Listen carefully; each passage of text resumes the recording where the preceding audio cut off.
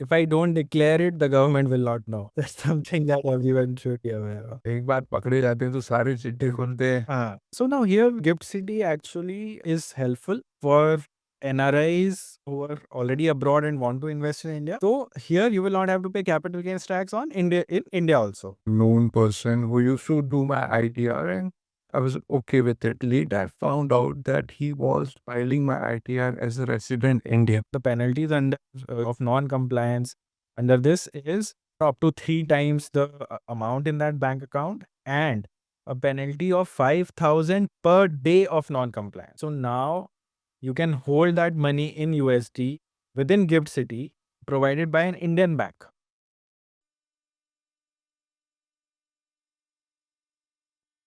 Hello, everyone. Good morning, good afternoon, and good evening to all global Indians. If you're listening to us for the first time, my name is Gaurav, and this is Staying Indian, the NRI Podcast. We cover all sorts of topics that affect Indians globally, and today, in this episode, we are going to cover Indian taxation and compliance. ITR filing deadline is approaching closer, and if you have not filed your ITR yet, don't worry, we are here to help and answer all your questions. I have Ankur Chaudhary with me. Ankur is the founder of Belong, a one-stop shop for NRI needs when it comes to taxation and investments. Welcome, Ankur.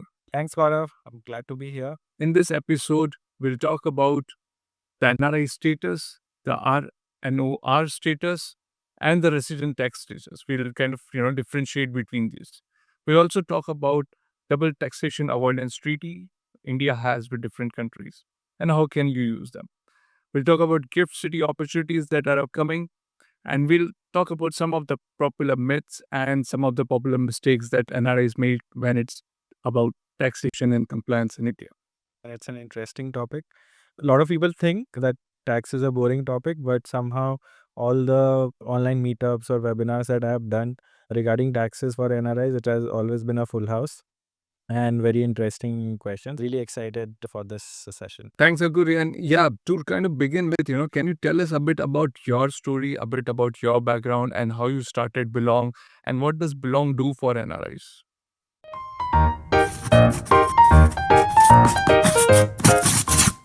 Yes, definitely. I'm a second-time entrepreneur. I've been in the financial services space for close to 20 years now. With Belong, what we are doing is we are building a savings and investment platform for NRIs. And we want to help them with everything related to financial services in India, whether it is investing, whether it is tax filing, whether it is insurance, or even getting a loan.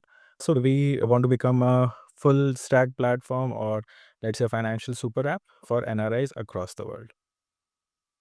So generally, Ankur, how, since you are a second time entrepreneur and you have sold your first venture and kind of exited handsomely from there, I'm sure you must do a kind of a study to start with, like, if I want to choose this area and if you see some problem sets, then you find a solution for it.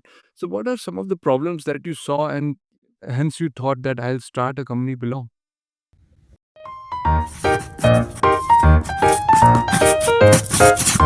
Yeah, thanks for that question, Gaurav. It also helps me talk about my first startup because actually the journey for Belong started there. So my first startup was called Goalwise. It was a mutual fund investment app for Indians, so resident Indians, to be able to invest in mutual funds. And this was way back in 2015-16, really when the whole app-based investing was just about starting in India. So we were one of the first people to catch that wave. Now, initially, like when we started, we ran that for 5 years. Over time, what happened was, so initially we would get a lot of NRIs also looking to invest in Indian mutual funds from wherever they were. Initially, we could onboard them, but I remember around 2016-17, so pretty soon into this journey, SEBI came up with new KYC guidelines for NRIs and effectively mandating a physical presence of NRIs in India to be able to invest in mutual funds. While for resident India, the journey completely became digital with Aadhaar and eKYC, etc. For NRIs, that flow remained in the paperwork era. And at Goalwise, also eventually being a digital first platform, we stopped onboarding NRIs for investing in India. So then while Goldwise continued on its journey, unfortunately we had an exit and all. So we that problem statement stayed with us. So while thinking about our next venture, me and my co-founders, again most of us were there at Goldwise. It's almost the same team.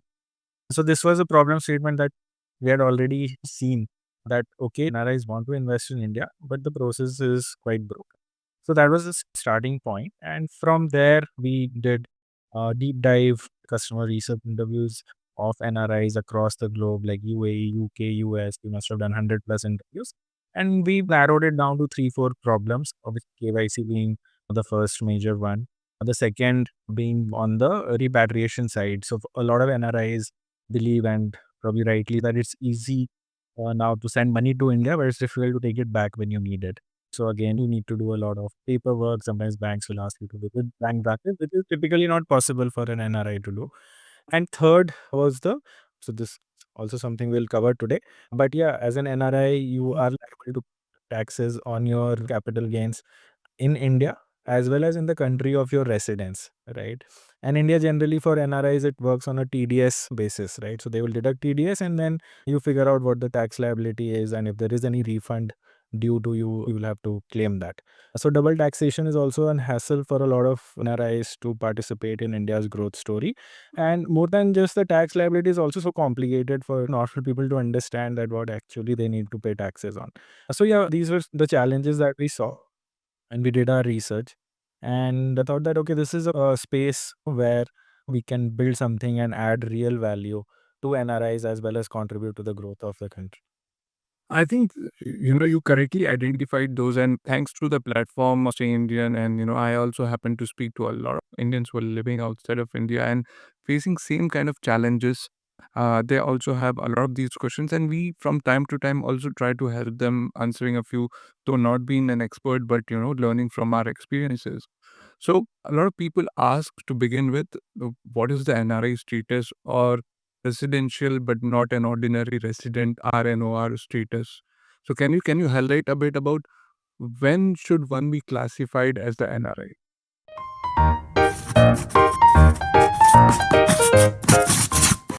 Got it. No, I think that's a very valid question. I mean, that's like the basic, and yeah, a lot of people, struggle with that. Again, it's not. Uh, I feel it's not their problem. I think laws have become very complicated. So yeah, I'll just try and explain the concept here. So earlier there was only resident Indian status, and if you're not a resident Indian, you became a non-resident Indian. So one thing to know is that our law. So there are two laws here. Actually, one is FEMA and the other is the Income Tax Act. We'll mostly, let's say, for this definition, we'll deal with the Income Tax Act, which basically defines your residency status in terms of taxability. Now, both of these acts actually define the cases where you are a resident, right? And the inverse then becomes a non-resident. So earlier it was mostly just these two statuses, NRI and resident Indian. And a rule of thumb, again, there are some caveats to it, but the basic rule of thumb used to be that if you have spent about half a year in India, so 183 days or more, then you are a resident, otherwise you are a non-resident. So this was like the general framework. I'm simplifying a bit, but just to give conceptual understanding to the audience. Then some years ago, the Indian government came up with some modifications, two main modifications. One is that the 183-day rule was reduced to a 120-day rule. Okay, so from half a year, it almost came down to one third of a year. So if you have And why do you think that is? yeah, I Why think do you think that was reduced to 120 days instead of 180? What's the benefit of maybe for the NRIs or for Indian government in this? yeah, so no, thanks for that question. So just to take a step back, like what really changes whether you're a resident Indian or non-resident Indian, and this is actually a very important point to understand. So generally, so with respect to India, right? If you are a Indian, if you are an Indian resident, right, your entire global income is taxable in India. So India taxes on the basis of residency. So if you're a resident of India, Indian government says that I will tax your entire global income, which means the income that you are earning in India as well as any income that you may be earning abroad. right? So whereas if you are a non-resident Indian government says that, okay, I will only tax the income that you are earning in India. Your global income, I am not going to touch if you are a non-resident Indian.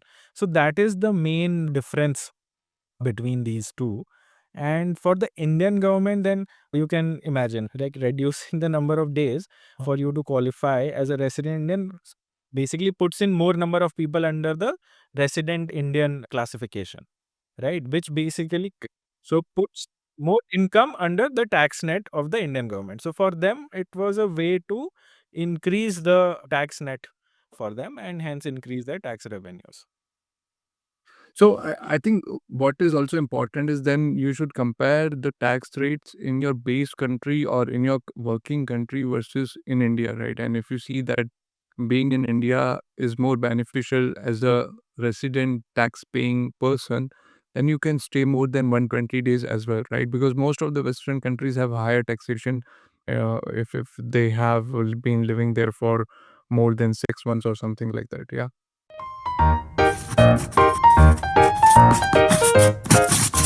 Because see, no country wants to lose on their tax revenue, right? So in this example, let's say we're living in one country, whereas your income source is in some other country. Typically, the way it works is income is taxed, then income becomes taxable in both countries. So general rule of thumb is the income is taxable at the point of its origin as well as at the point of its destination, the receipt of income, right? So in this case, actually the income will be taxable in both countries. And because of that, that also can become like very onerous. Now you are swinging on the other extreme, right? It becomes like you have to pay taxes at both sides, which is also not great. So because of this, then countries then came up with these DTAAs, double taxation avoidance agreements, under which again there's a slight misconception because of how it's named. When people think here DTA, they think that okay, this means I have to pay tax only in one country, right? That's not the case. This basically means that you don't have to pay both the taxes simultaneously. What it means is whatever tax you have paid in one country can be claimed as a tax credit in another country. Just to give you an example, let's say the same example that you were hinting at. Let's say I'm a resident of in let's say India. Okay. In India, let's say the slab I am at is 20%, just as an example. My income is originating from US, and let's say it's salary income or professional income. Maybe I'm doing some consultancy, right? And I have a client in the US. And let's say, again, for example, in US, this income is taxable at 30%. Okay. So whatever tax I have paid in US, and again assume the in US the tax has been deducted at source, right? The TDS concept. So let's say it has been deducted at 30%. Now now I don't have to pay another 20% to the Indian government. I can say that hey, I have already paid 30% to US, right? I can claim that as a tax credit and not pay anything extra in India. I will not get a refund or anything, but I will not have to pay anything extra in India.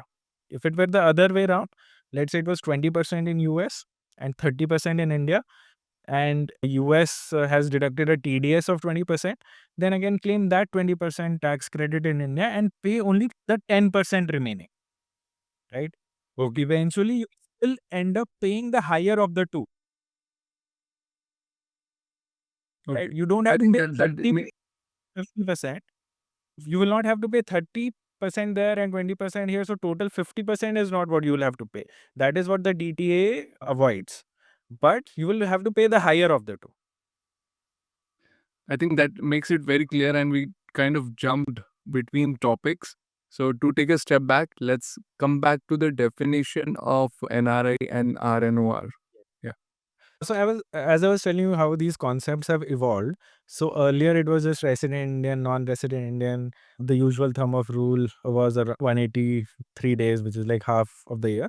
Then there was a modification to that where the Indian government reduced that to 120 days in most cases, and in fact even 60 days in some cases. But for most of us who are citizens of India, the 120-day rule applies. Then the second change they brought in. Now, obviously, this triggered a lot of people being classified as residents, as you would imagine, right? So now, in order to soften that blow, right? They came up with this transient status, which is RNOR, which is somewhere in between resident and non-resident. So as the term also says, resident but not ordinarily resident, right? Now here the concept is they're trying to cover two cases here, right? One is, let's say you have been an NRI and for some reason you have to come back to India to take care of some stuff at home, maybe your parents, or maybe there is, let's say, property sale for which you have to, or some business restructuring, you have to stay here for more than 120 days and all. So what will happen is, under the current rules, technically you will become a resident, right? Yeah. Which will trigger Indian taxes on all your global income, right?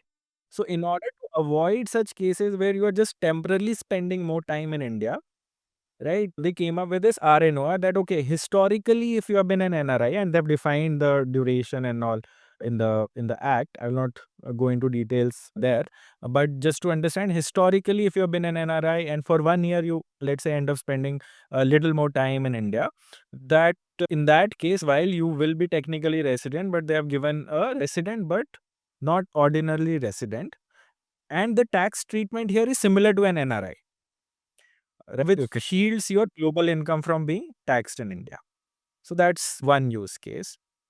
The other use case of RNOR, again, in the same way, is that, again, historically, if you have been an NRI and let's say now you move to India for good, okay, then also you get like a almost like a, if you plan it 2 years, up to 3 years of this classification of RNOR, where again your global income is shielded from Indian tax. So it's a gentle ramp up in that sense, right? And during this time, you can restructure your foreign investments and all to get certain tax advantages. So we can take that case study later.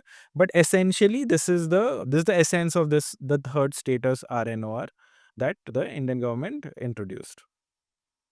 Okay, very interesting. This is something that I didn't knew.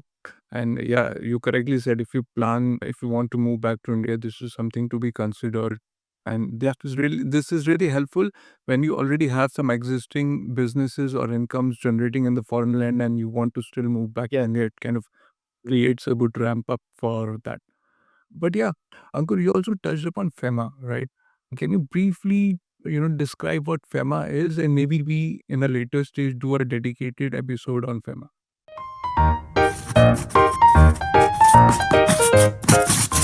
Yeah. So actually, there are actually three laws that intersect with each other when it comes to NRIs.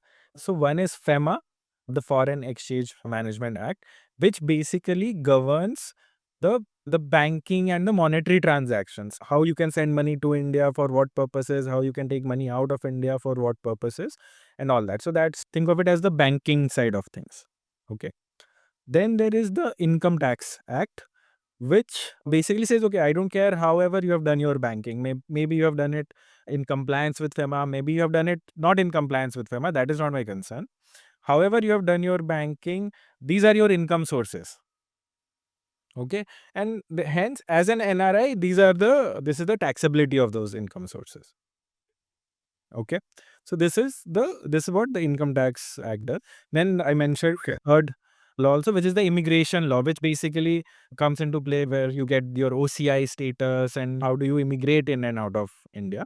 For our context, like when it comes to the financial stuff, which is what we are discussing today, FEMA and IT Act are the two main things. So apart from their scope, so for FEMA, the scope is banking, what is allowed, what is not allowed, what kind of transactions.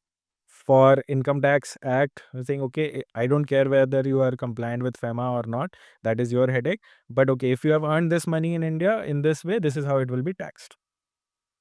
There's a difference in classification or definition also of NRI between the two acts. So first of all, the RNOR thing is purely an IT thing, like income tax thing. There's nothing called RNOR in FEMA. Okay. FEMA is just resident and not resident. Now, interestingly, while the Income Tax Act defines whether you are a resident or non-resident purely or mostly on the basis of the number of days you have stayed in India. right? And it's a backward looking thing that, okay, now that the financial year is over, I'll see how many days you have stayed in India and your history of stay in India. And according to that, you can calculate whether you are a resident Indian or non-resident Indian. FEMA works slightly differently. Also, because again, the scope of FEMA is your banking, right? So let's say you have left India. Let's say today you are already out. Let's say today I got a job offer from the UAE and I leave India and move to UAE, right? So the year is not even over, right? This is middle of the year. What FEMA says that, okay, that 182 days rule is there. But in addition to that, if someone has moved out of India for the purpose of taking up employment outside, right? And some other cases, let's say for doing business and all of that, where the intention is to stay out of India for a long period of time, for a long uncertain period of time, then you are an NRI already per FEMA. So the day you move out with the intention of staying abroad for a long time, you are an NRI under FEMA, which basically means that you can open a NRO account or an NRE account in India and start doing your banking transactions in compliance with FEMA. Right? So FEMA is in the moment and forward looking, because obviously you need to do your banking transactions accordingly. You can't wait 1 year to say that, oh, now that I have become an NRI, let me do this. And what happens if you don't? Like, let's say I know a lot of people who have moved to out of India for like years and have not changed their banking accounts.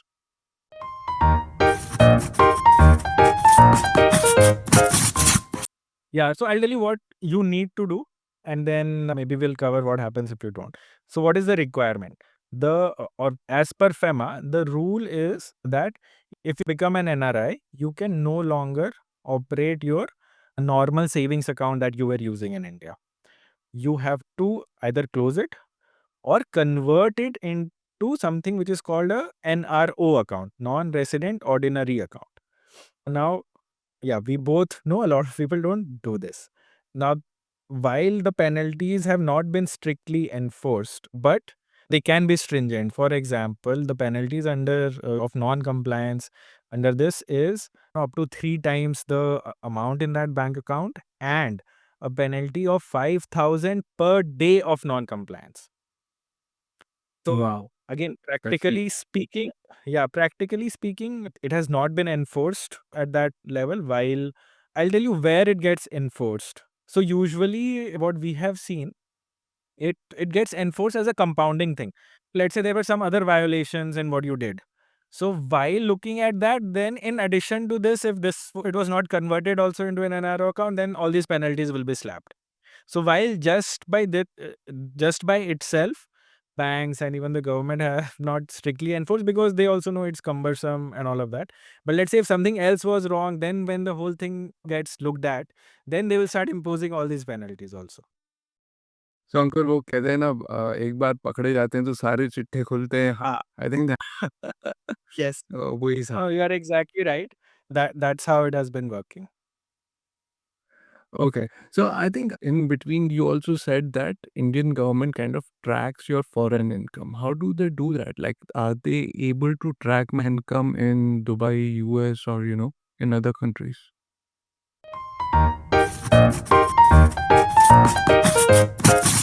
Yeah, this is actually one of the biggest myths or lack of knowledge. So most NRIs feel that if they don't report it, the government will not know. Now, this is no longer the case, while it may have been the case 20 years back, but almost since 2015, there has been a global effort from most countries to come up with the data sharing frameworks to avoid tax evasion, right? And two of the most commonly used frameworks that India is also a party of are FATCA, which is a US specific framework, and CRS, which is an OECD countries framework, which basically applies to almost more than 100 countries. Now, under these frameworks, all the governments are sharing income and financial transaction data of the foreign residents in their country with their home countries. In a nutshell, if you are let's say an NRI living in UAE, you can assume that the Indian government knows how much you are earning, whether you have bought a property there or not. And almost all your big ticket financial dealings are being reported to the Indian government. In fact, we had a real case very recently. Someone who came to us after they got this notice, they had filed their ITR as a resident Indian. Okay. Now, as we discussed, if you file your ITR as a resident Indian, then you are basically triggering Indian tax on your global income, right? Now, they filed their income ITR as resident Indian, but did not disclose any, and they were receiving some salary from UAE, from a company in UAE. Okay. Now, even when they did not disclose, this was not disclosed in the ITR at all. Only the Indian income was disclosed. But since the ITR was filed as a resident Indian, very quickly they got a notice that, hey, you are filing your ITR as a resident Indian. That means your global income is taxable. And we have received information from the UAE government that this is the amount of money you have been paid in UAE. Please pay appropriate taxes in India. Wow. Yeah. So nowhere it was disclosed in the ITR, but the government has the data and promptly they triggered a notice. And how much, like, let's say if you are not able to do that and if you do not comply, is there a penalty as well? Yeah, definitely there is a penalty. It's the same as the unpaid tax dues, right? So there is an there's a penalty for non-payment, then there is an interest penalty, and then that depends on the duration for it which it has not been paid. Small amounts, they are not offenses that will lead to like imprisonment and all, but big amounts not declared can even lead to stricter penalties. So this is one of the examples you said. Do you have some other examples where you have seen NRIs being analyzed for a wrong classification of status, or some other compliances that they missed? Yeah, no, definitely. I think that is one of the most common issues that we see. What happens with NRIs is that, okay, let's say if they've been filing their taxes as resident Indians, they don't have a lot of income in India. So sometimes just out of laziness or whatever, they continue filing it as a resident Indian. Now, what happens is that, again, if you file as resident Indian, you are inviting Indian tax on your global income. So we had another case where there was some income in the US, right? Now, again, Indian government has this data. Right, you are filing your tax as resident Indian. So the Indian government says that, okay, great, I will tax your US income also because you are filing your tax as resident Indian. Right. So there was Yeah. this case also where again notice was triggered because of this, which could have been avoided if the same ITR was filed as a non-resident Indian. Because then even as Indian government, I have that data, right? But I don't have any scope of tax over it because you are a non-resident Indian and this is your global income. So I'll tell you what happened with me, personally. So I was living in India and I've been living out of India for the past 15 years in various countries, right? So I had a friend or a known person who used to do my ITR, and I was okay with it, right? Because it was a known relation. And it continued. So it continued for almost 5 years since I left the country. And then, he asked me bank statements or whatever, things are needed to file that. And I gave it. But later I found out that he was filing my ITR as a resident Indian. And I think this happens with a lot of people because Yeah. many of us do not file our taxes by ourselves, but our own, known circles do that for us. And they often do not classify us rightly. So I think it's good to check that as well, right? Yeah, yeah. And the other thing that happens, look, I'm glad you brought it up. See, a lot of us, it's human nature. Like we continue that same relationship that, okay, I have a CA, that person filed my tax returns. This obviously is a big miss. But even otherwise, right, that same CA may not be an expert in NRI taxation or cross border taxation. And that actually a lot of cases now have started coming to us of where people are like, okay, now how do I fix this? I was filing this with my older CA, the CA that I used to when I was in India. And obviously there are mistakes there because that guy is not an NRI taxation expert. So while yeah, we understand the human sort of nature to continue the relationship, but it's definitely much better to go with someone who's an expert in the NRI tax field. Because yeah, these things unfortunately are complicated on the India side. Yeah, and I think that's where you guys come into the picture, expertising in NRI taxation.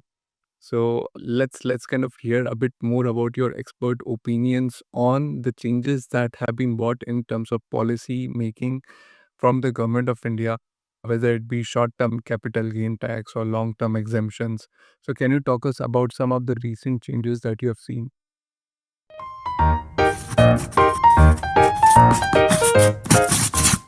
Yeah, I think something that has affected all of us, not just NRIs, has been the changes in the capital gains taxation, as you referred, which have been happening now for almost over the last couple of years.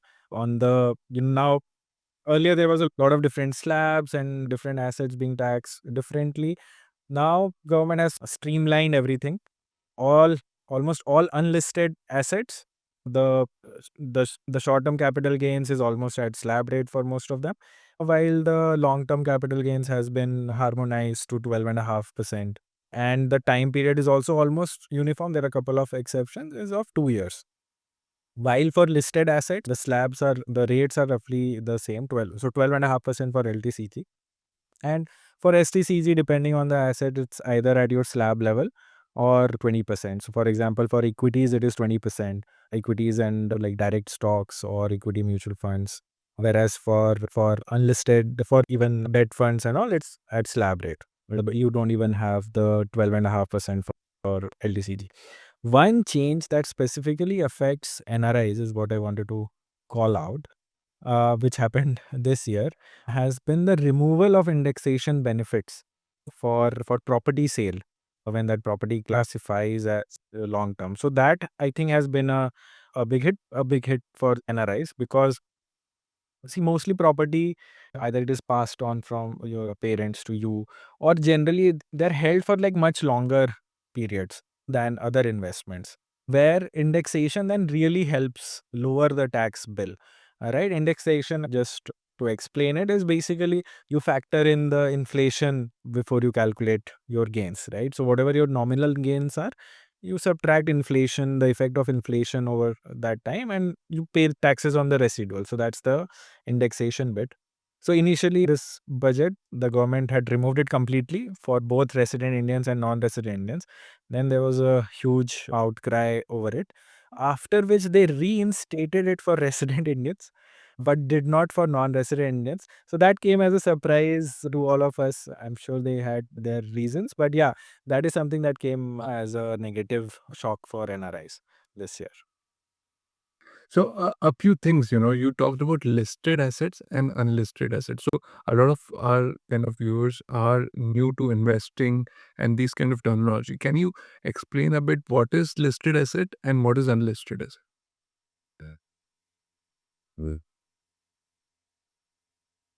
Yes. For asking that, listed assets, I'll stick to very common examples so that it's easier for the audience to understand. Listed assets would be something like a stock, right? So for example, if you buy a Reliance share or a Zomato share, right? So that's a listed asset. It's listed on the stock exchange, it trades. Another example of listed assets would be mutual fund units or ETFs. So you invest in a mutual fund, so that they also come under listed assets. An example of unlisted asset in the same thing would be, so of course, physical assets like real estate, gold, they are obviously unlisted assets. Even investing in stocks of private companies. So, for example, if there is a startup that you have invested in and which has obviously not gone public yet, so that's also an unlisted asset.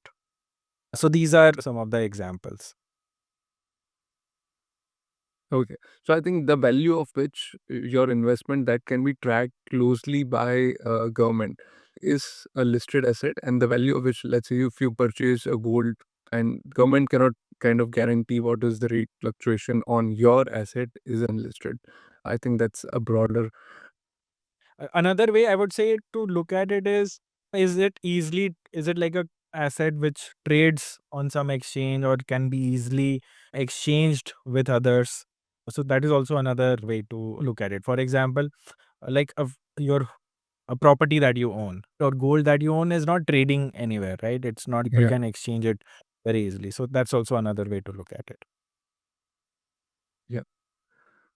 Also, I think what you talked about as a shocker on indexation benefit, right? So, can you give a very simple example? Let's say a person who is living in US for past 30 years has a property kind of from his parents kind of for him, and he wants to sell it now. So, what happens with this change in law?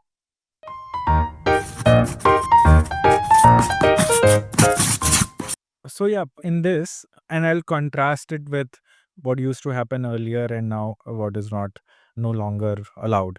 So generally, let's say you have had this property for 20 years, okay, and let's say it has appreciated at the rate of 10% on average. Like you calculate your, let's say, buying price and the selling price, and over 20 years, let's say it came out to be around 10% per year. Now, assume inflation in India has been around, let's say, 5 to 6%, right? So, net you have made, let's say, again, taking the example of 10%, your returns being 10% per year when you calculate as an average, inflation being on average, say, 6% per year, net you have made gains of 4% over and above inflation annually, right? Earlier, so this is what indexation means, indexing it to the inflation. Like you take out the value which would have increased just because of inflation, right? Clear. So in the earlier case where indexation benefit was allowed, this basically meant that you could calculate your capital gains not just as selling price minus purchase price, but selling price minus purchase price inflated with index with inflation, that 6% year on year, right? Net your capital gains in this case would have been less than half of what they are if you just do a simple sell price minus buy price, Yeah. right? You would have had to pay taxes on that adjusted capital gains after taking out the impact of inflation. But the tax rate at that point then was 20%. So it was 20% after adjusting for inflation. But for properties that have been held for long, that used to be a huge impact, right? Now what is happening is that now this indexation benefit no longer exists for NRIs. Okay.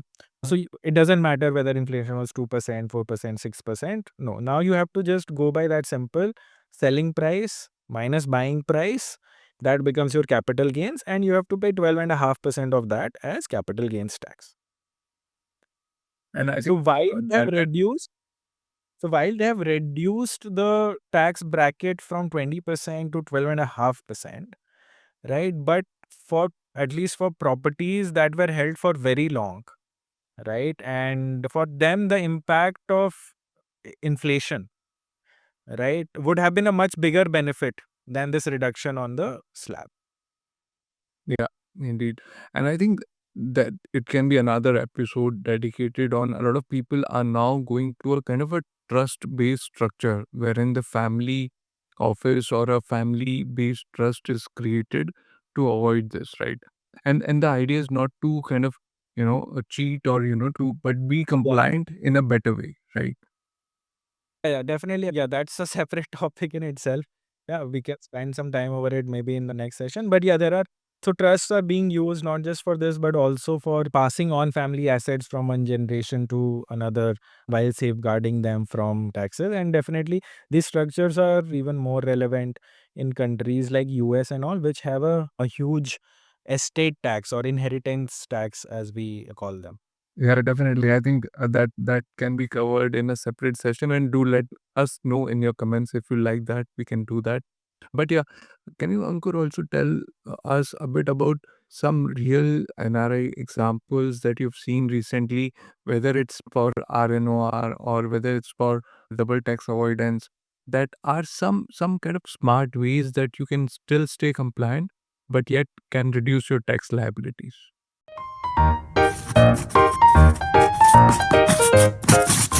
Yeah, definitely. And I'll give you one case that has become now very famous on the DTAA side. And actually, it has increased the awareness of this whole DTA thing amongst NRIs. So, India has DTAs with 80 plus countries. Okay. And not all, and these DTAs are actually 1:1 agreement. It's not a multi-party agreement that, okay, it's one, it like every country has the same DTA signed with India. These are all 1:1 negotiated agreements, right? So while a lot of them are similar, but this is an important point to remember that each of them is a separate agreement. Now, there are some countries like UAE and Singapore uh, whose DTA with India provides for capital gains tax exemption on certain investments like mutual funds. Right. So, what I mean is, so if you are a Singapore based NRI or a UAE based NRI and you have been investing in India in Indian mutual funds, right? And if you liquidate at some point for whatever reason, there is, while you will have short term capital gains and long term capital gains depending on the time period for which you have held those investments, there is a tax exemption under the DTA which is given to these NRIs. So now the interesting thing here is, see, no, again, no country wants to let go of any tax that they think they can get, right? So while these DTAs are bilateral agreements between two governments, now finally when it goes down to the grassroots level, you have to think that there's an income tax officer who is assessing your income, right? And since this is not part of the Income Tax Act, these DTAs are not part of the Income Tax Act, right? These are separate agreements. So they are always open to interpretation, right? Recently, there was a case where there was a Singapore based NRI who had, I think, sold mutual funds worth a few crores and then claimed that's under the DTA, he's not liable to pay any taxes in India on those gains, right? So the gains were also, I think, upwards of 30-40 lakhs, I think, if I remember correctly. His submission to the IT department during filing the ITR, where you say, okay, because this is your Indian income, so you have to report it in your ITR. So while reporting that in the ITR, said this is an exempt income and I should not pay any taxes on it. The income tax department contested it, right? Because these DTA provisions are open to interpretation. And actually, the language in the DTA used for this exemption is an implicit language. Like, it does not say that, okay, if you have invested in mutual funds, then it will be capital gains tax free. It says that, okay, if you have invested in things other than stocks and real estate and something, it will be tax free. So it comes under like a residual. Okay. So then the income tax department contested that no, it should be treated similar to stocks and all of that. So finally it went to the courts, right? It had been, and just, it was, I think, early this year, courts ruled finally in favor of the NRI that no, stocks are non-mutual funds. It is valid, that the exemption being asked is valid, and there should not be any capital gains liability. So this was like one famous case. And now that there has been a recent judgment in favor of this, then it is very unlikely that it will be contested again anytime soon.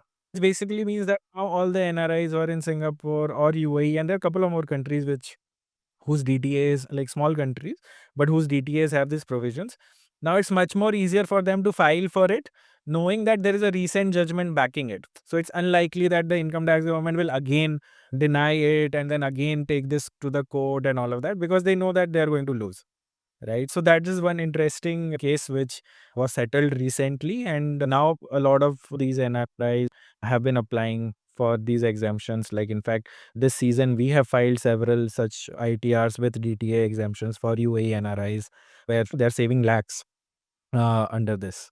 So that's something that has become popular this time. Now, on the RNOR side, like, one of the best uses that I have seen is when you're moving back to India and you have this 2 to 3 years of period where you are classified as an RNOR, and where you can then restructure your foreign investments to take benefit of that. Because as RNOR in India, you are still taxed as NRI. So take this case that, let's say, you are a US based NRI and you have been an US based NRI for, let's say, 10, 15, 20 years, right? Now, over time, you have, let's say, invested in stocks and ETFs and all that, and you build, let's say, some capital assets there. Like, you have some portfolio there in US. if you let's say, and now you're, let's say, moving back to India, right? Now if you sell these before moving back to India, then you are still a US resident, and US will charge capital gains tax on it when you liquidate your portfolio, right? Now let's say you have moved back to India and you have become a resident, like full resident Indian, right? And then if you liquidate it, then India will charge taxes on it because now you're a resident. These are this capital gains on US stocks is like your global income. As a resident, India will tax your global income. So you will have to pay capital gains tax in India. Okay. US does not charge capital gains tax to non-residents. Okay. So if you're not a resident of US, so for example, like as Indian residents, or let's say you live in Europe, if when you invest in US stocks and you liquidate that, US does not, there's no capital gains tax liability in US for you, right? Exactly. So here is where the RNOR thing gets interesting. So let's say you move back to India without liquidating, right? For your first year in India, now let's say you are an RNOR. Okay. For US, you have become a non-resident. Okay. Yeah. You liquidate your portfolio now. US will not charge any capital gains tax to you because for US you are a non-resident. Okay. For India, you are an RNOR, which basically means your global income is not taxable. Yeah. Right. So here you will not have to pay capital gains tax on in India also. Okay, now I understand. So you kind of don't have to pay taxes on your capital gain anywhere, not even in US. If you liquidate within this window, that RNOR window, right? So this is one. What long is that window? Like what how much Yeah. time do you have?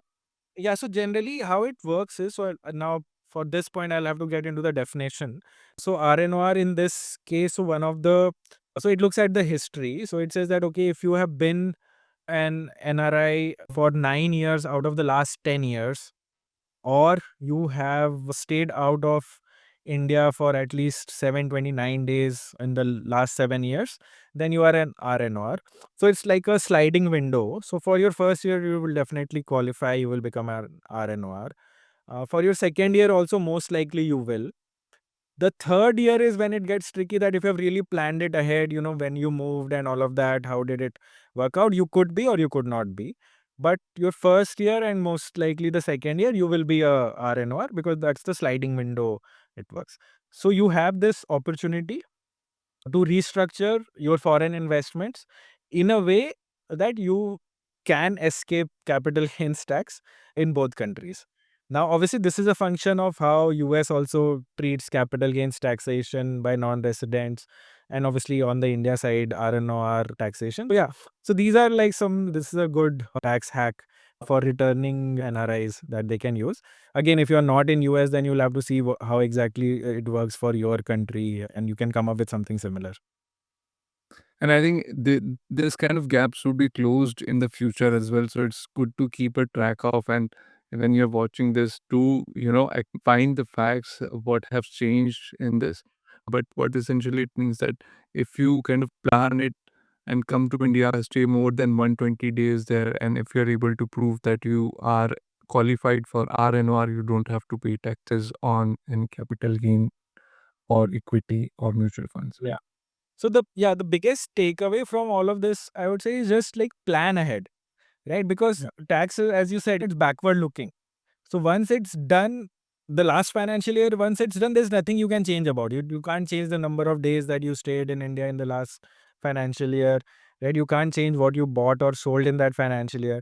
So the most important takeaway that I generally end up telling people is that you plan ahead, right? While this financial year is happening, you have to plan, and not why looking back do this. This is really interesting because of couple of facts, because it was ruled in favor of NRI, and that can kind of encourage different NRIs in different countries also approaching, let's say, court on these kind of issues, right? So Yeah.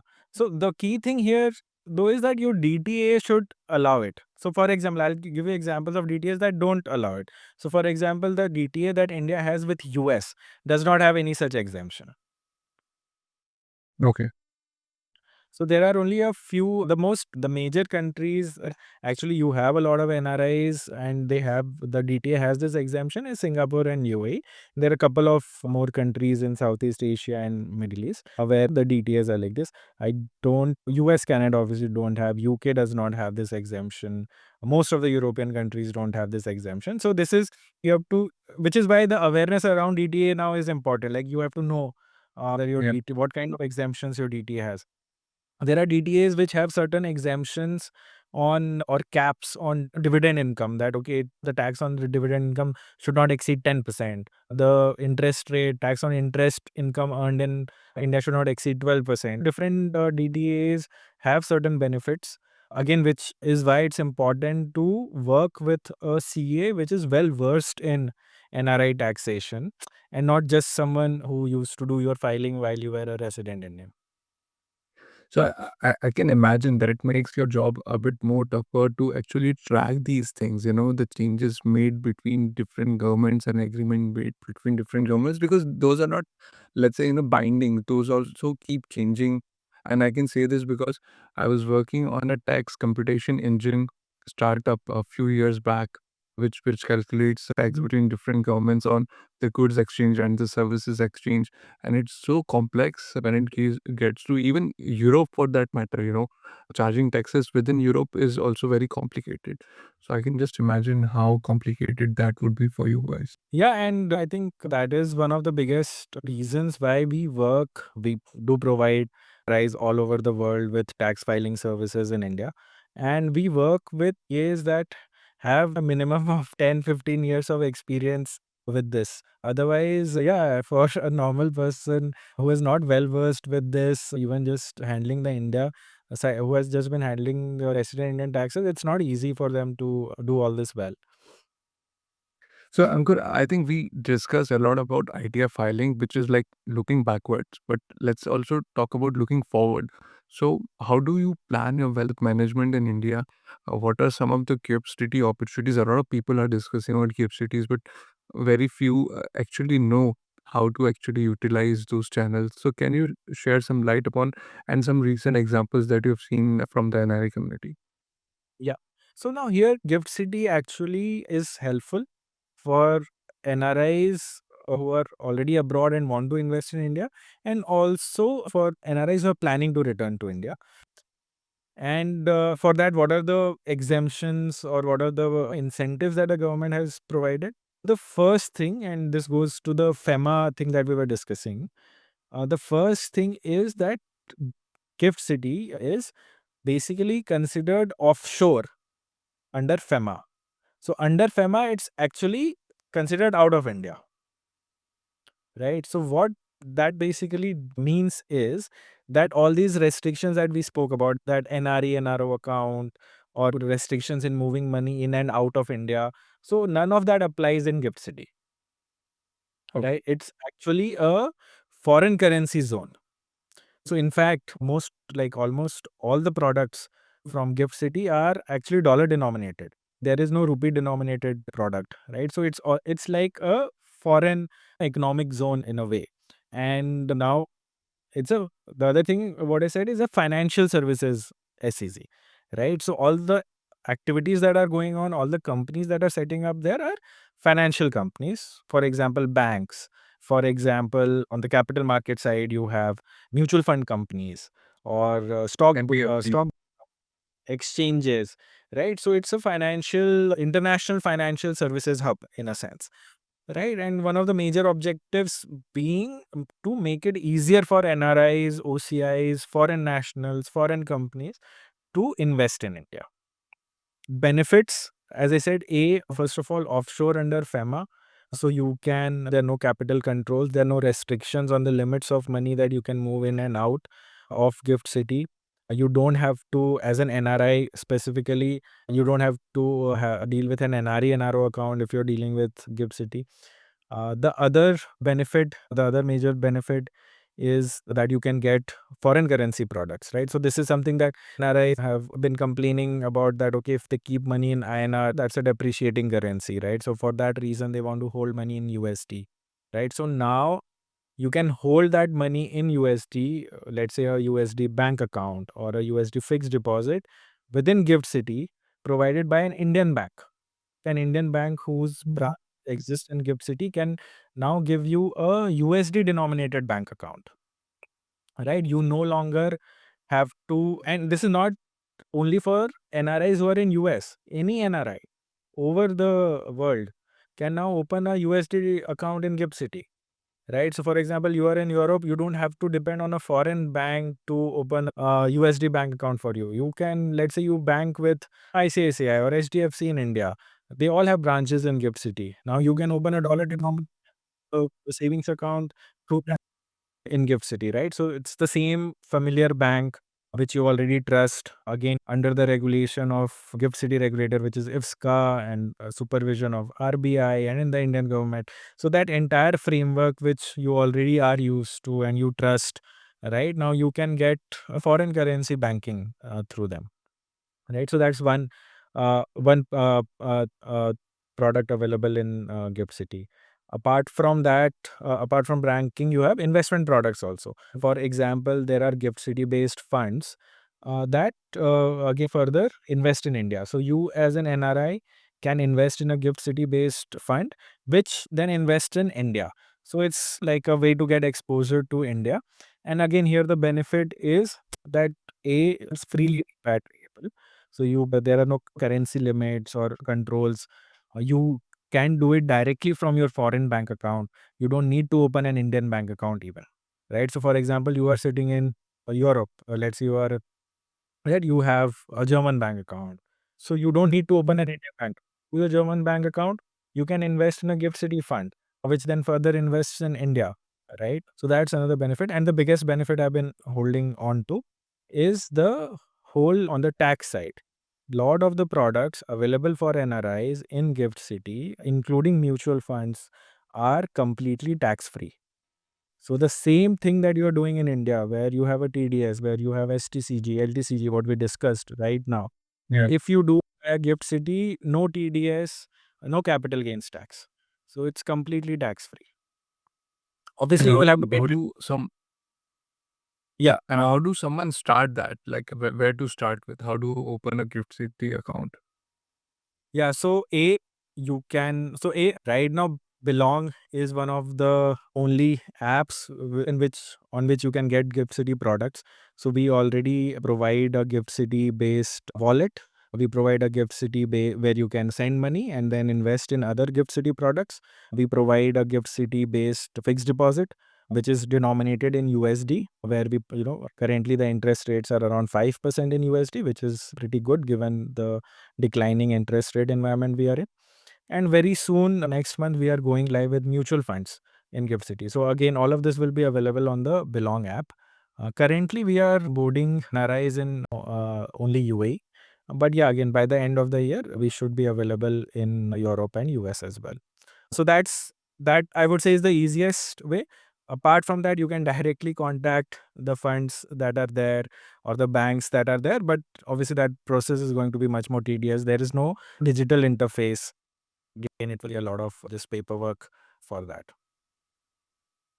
Amazing. So I think it was full of a lot of new things that I learned as well. One last question that personally I want to ask. I think I don't know if it's a myth or a fact, but can NRIs purchase sovereign gold bonds that government issues?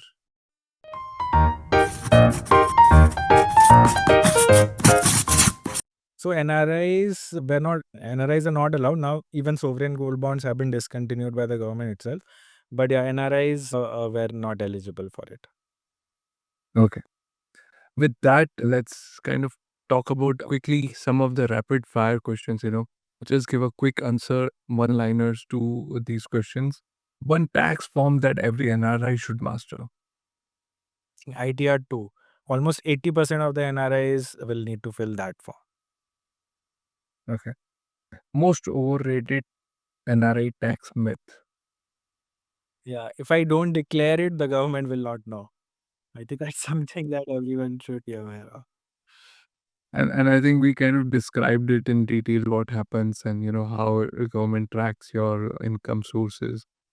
Okay, one change you predict in NRI taxation over in next 2 years. Yeah, I think there is going to be an even tighter collaboration between countries to exchange data.